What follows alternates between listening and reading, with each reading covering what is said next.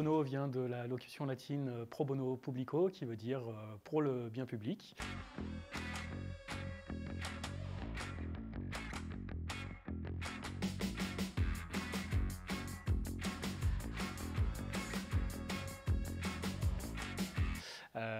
En gros, ça consiste à s'engager sur des missions au service de l'intérêt général. Pro Bono, l'association Pro Bono Lab, a pour mot d'ordre de permettre au plus grand nombre de partager ses compétences sur des thématiques d'intérêt général au profit des associations qui ont des besoins pour se développer, pour maximiser, optimiser leur impact social sur le territoire. À Pro Bono, on souhaite justement permettre que n'importe quel citoyen prenne conscience de ses compétences et puisse les mettre à disposition des associations qui en ont besoin pour se développer. Pro Bono Lab a été créé il y a maintenant 10 ans, en 2011, sur le constat que les associations avaient des besoins non couverts, qu'elles souhaitaient pour se développer, pour passer à la vitesse supérieure dans leurs projets, dans leur fonctionnement, avoir accès à un certain nombre de compétences qui leur manquent au quotidien. Pro Bono Lab est né de ce constat-là, en essayant de mobiliser l'ensemble des parties prenantes de la société, donc que ce soit les étudiants, que ce soit les demandeurs d'emploi, les retraités, les personnes en emploi dans les entreprises, leur permettre de donner un peu de temps, d'apporter toutes les compétences qu'elles ont pu développer dans leur parcours professionnel ou personnel, et de les mettre à disposition temporairement ou à plus long terme au service des structures qui du coup en ont besoin. On est relativement présent dans l'écosystème lyonnais, on travaille en lien avec les incubateurs par exemple, avec des associations ou des organismes qui accompagnent des associations. Du coup ça passe beaucoup par le bouche à oreille notamment. Et puis pour cet événement Factory en lui-même, là on a fait un appel à candidature. On a dans un premier temps choisi de travailler sur une thématique particulière qui est la lutte contre les exclusions et le sans-abrisme. Et du coup, on a proposé donc, à des associations qui œuvrent dans ce champ d'action de faire acte de candidature pour bénéficier de l'accompagnement pro bono que l'on va donc dispenser au cours de ces 2 sessions de travail des 16 et 19 novembre.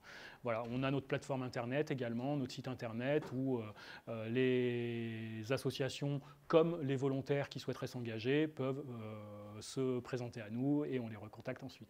Dans les entreprises, il y a énormément de compétences et du coup, il y a un dispositif qui s'appelle le mécénat de compétences qui permet donc à des salariés de s'engager sur leur temps de travail au service de structures d'intérêt général. Nous, on est en lien avec un certain nombre d'entreprises. C'est vrai que sur cette Factory, notamment, on va mobiliser des collaborateurs des entreprises ICAD, Somfy, AG2R La Mondiale et Allianz, qui sont des entreprises engagées, qui souhaitent promouvoir la participation de leurs collaborateurs dans la vie associative. Et du coup, elles ont choisi de nous soutenir à la fois financièrement et en même temps en proposant à leurs salariés de s'engager le temps d'une journée sur leur temps de travail pour accompagner les associations de la Factory. Et puis le bénévolat de compétences, c'est la nuance, c'est que ça se passe en dehors du temps de travail de la personne.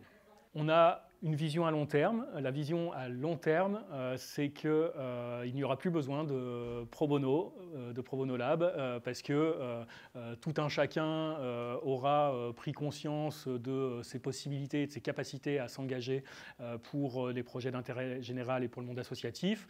Donc Pro Bono Lab n'aura plus d'intérêt à exister. On se fixe ce cap pour dans 10, 15, 20 ans peut-être. Mais d'ici là, en fait, notre ambition, c'est de toujours démocratiser la culture du pro bono et notamment de s'adresser à des publics qui sont un peu plus éloignés des pratiques de l'engagement associatif. C'est notamment des publics de jeunes en insertion professionnelle qui peuvent se dévaloriser ou en tout cas ne pas croire en leurs propres compétences.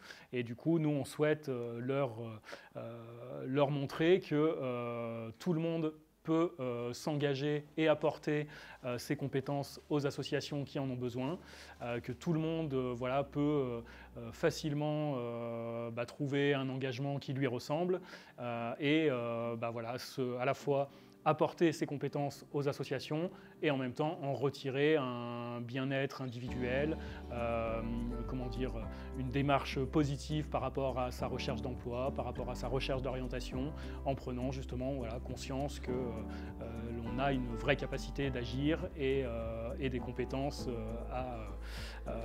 à diffuser au monde associatif.